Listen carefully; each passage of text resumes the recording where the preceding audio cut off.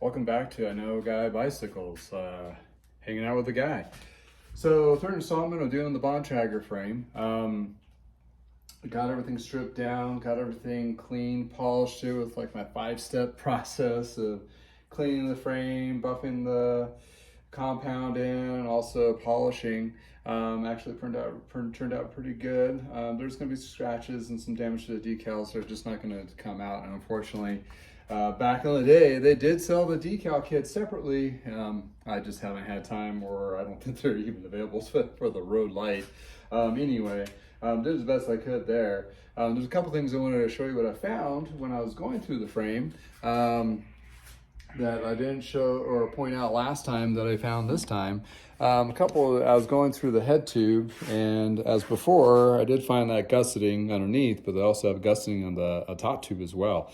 I didn't realize they actually have a bulge here for the front head tube, top and bottom, to reinforce that the cups as well as the strength of the head tube.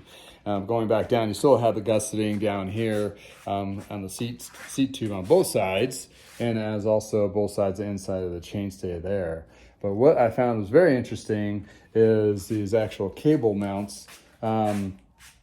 This is a type of cable mount that takes a tapered grommet or cable stop or housing stop, and it's tapered. And I found these on a lot of like 80s, 70s, and sometimes 90s bikes for the derailleur.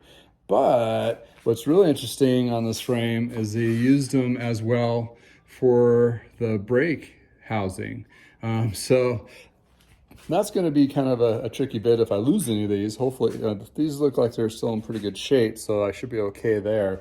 But I found it really interesting that this particular frame had those type of cable stops. So anywho, and the button for the pump. But, going back to decaling of the Bontrager in the early days, he had like this, unfortunately, the paw print is still on some of the decals still there. Scraped off him some, and there's still some on the front. The paw print, obviously he loved dogs, as well as we did when we had the bike shop in Parker in the 90s when we carried Bontrager. That was kind of my parents' draw to the Bontrager line, is like the paw print decal. Reason being, as you see the picture, if you don't have the glare, it's actually of me with our shop dog, which was half lab and half Newfoundland. Huge dog. His name was Astro. My parents used him as a marketing ploy of the largest bike shop dog. We never were challenged at the time, so pretty big dog.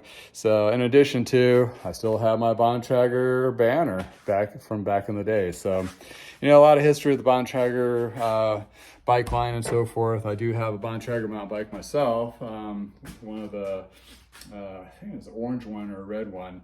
I have it in the basement, but anyway, that's for my mountain bike collection. I saw that, bought it. Never gonna sell that one. I'm gonna ride it on nice lighter days and go from there. But that concludes the polishing the frame of the Bontrager Road Lite. I might do another video of when it's completed with all the parts on it. But other than that, here we go, taking scary out of used, one bike at a time. Have a great weekend, and hope to see you again.